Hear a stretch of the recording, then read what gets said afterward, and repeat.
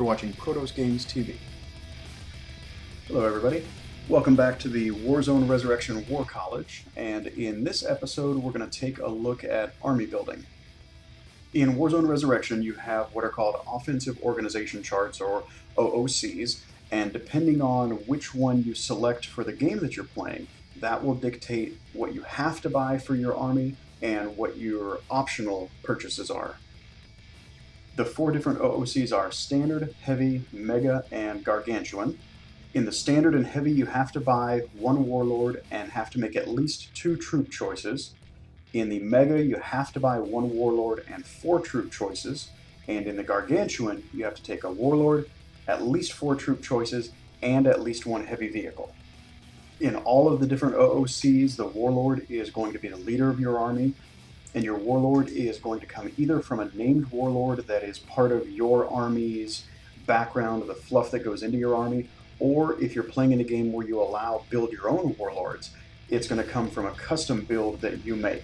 That really just depends on whether you and your opponents or the tournament you're playing in allows custom Warlords versus the stock ones out of the book.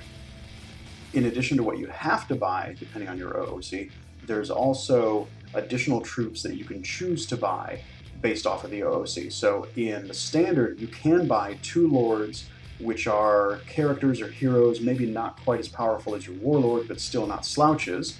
You could buy up to 2 more troop choices, you could make up to 3 support choices, and you can take up to 1 light vehicle or monster. In a Heavy OOC, you could take up to 2 Lords, up to 2 more troops, up to 3 support slots. You can take 2 light vehicle or monster slots, and up to 1 heavy vehicle slot.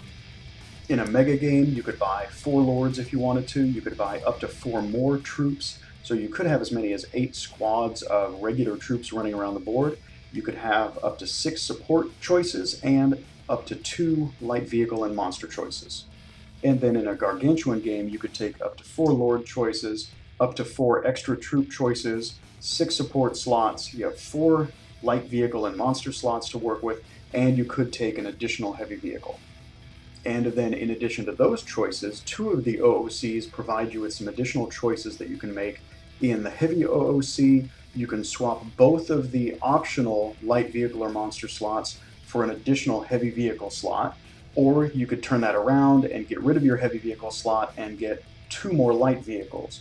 So you have the option of going heavy in one direction or another when you're playing the heavy game. And then in the Gargantuan game, you can pretty much do the same thing. You can swap out 2 light vehicle monster slots for +1 heavy vehicle, or the opposite, swap out a heavy vehicle for +2 light vehicle monster slots.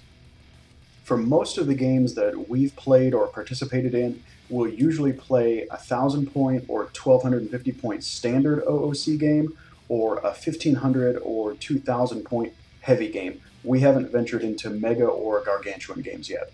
In my opinion, the best place to start playing Warzone Resurrection is with the Standard OOC, and what I want to do now is take a look at all of the different starter boxes for the various factions in Warzone Resurrection and give you my impression of how they fit into the Standard OOC. What I'm going to do is look at all 7 of the different starter boxes as they exist today and give you my impression of what the easiest build out is for all of them. All of them are going to have the ability to buy extras, have all sorts of options and things like that, but there's just way too many to get into. So I'm going to give you an out-of-the-box, just straight point value of what's in the box without any options at all, other than maybe being able to take some squad commander upgrade options that are available from the box set. So first up we have Capital, and in the box you get Big Bob Watts. He's going to be your Warlord choice. He's a named Warlord. You can have 2 5-man light infantry squads. That satisfies your troop requirement. And you can have a 2-man or 2-unit Purple Shark squad. Now this is going to come out to 440 points, and this easily fits into the structure of a standard OOC. Next up is Mishima, and you're going to start off with Captain Hiroko as your Warlord, 2 5-man Ronin Samurai squads as your troop choices, and 1 mecha as a light vehicle. Comes in at 449 points, so just a tiny bit more than Capital, not really far off at all, and this one also fits nicely into a standard OOC. Okay, on to Cybertronic. You're going to start off with a Dr. Diana clone that you're going to use as a warlord. You get 2 Dr. Diana clones in this set. So I'm going to use one as a warlord. Then you're going to have 2 5-man chasseur squads, one with a Dr. Diana Neo clone upgrade. That's an upgrade to the squad commander. That's going to be your 2 troop choices. And then you're going to have 1 exterminateur as your light vehicle. 490 points here, so we're a little bit above the other 2 that we just looked at, but still in the same neighborhood as the Capital and Mishima starter sets, and it also fits nicely into the standard OOC. Now on to Bauhaus, and in the Bauhaus starter you're going to get a Venusian Marshal or a Marshal, and he's going to be your warlord. You're going to have 2 5-man Hussar squads and 1 Vulcan. 475 points here, and also fits nicely into the standard OOC. Next we have the Brotherhood starter, and in here you're going to find 2 5-man Brotherhood trooper squads. That satisfies your troop choice. 1 Judicator, that's a light vehicle, and 2 Inquisitors. Now, since I'm taking the easiest route here to build what's in the box, you could use an Inquisitor as a build your own warlord, but that would be getting into those rules, which we're not going to do right now, and getting the approval of your opponent or the tournament organizer.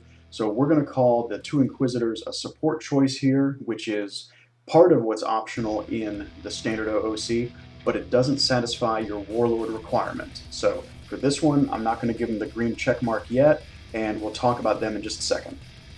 Next up is the Dark Legion starter, and in here you're going to get 2 5-man Undead Legionnaire squads, each with a Necromutant upgrade as the squad commander, and 1 Reside as a support choice. As you can see, at 215 points, you're definitely down on points compared to the other starters, and there is going to be some more work for you to do to really flesh out your Dark Legion army to get it ready for the game. And then we have the newest starter box to be released. This is the Imperial Ministry of War starter, and you'll have 2 5-man trencher squads to satisfy your troop requirements. You have 1 Greyhound, which is an optional light vehicle, and 2 Imperial officers that you could use as lords. So you don't have a warlord option inside the box unless you do a build your own, but points-wise, this is easily comparable to the first 4 that we looked at. So straight out of the box, I think the Capital, Mishima, Cybertronic, and Bauhaus are absolutely doable in a standard OOC. They're between 440 and 490 points before you start tacking on extras. So I think they're all within a pretty close spread of each other and are an absolutely perfect way to start playing Warzone Resurrection. With some very minor tweaking or 1 additional purchase, the Imperial Ministry of War starter box is viable in a standard OOC. You either need to pick up a warlord by buying him separately or use the build your own warlord with one of the Imperial officers that's in the box, and at 490 points they're easily in that spread where the first 4 that we looked at are.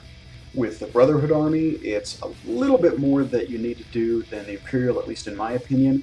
You need minor tweaking or an additional purchase, buy a warlord, or soup up one of the Inquisitors as a warlord. A little bit more, just point-wise, you need to make up than with Imperial, because Imperial you're pretty much right at where the others are. So not a whole lot you have to do with the Brotherhood kit, but a little bit.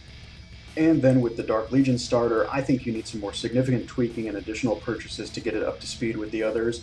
Now, if you go out and buy a warlord, some of them are very expensive point-wise, so you can begin to make up the couple hundred points that it's off compared to the other ones pretty quickly, but I think you just need to bulk up the Undead Legionnaire squad, maybe add an additional Reside in there, and have your warlord. So the Dark Legion starter is still your best way to get into the game as Dark Legion.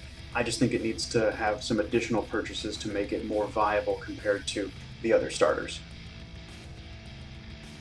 Thanks for watching this episode. We'll see you next time.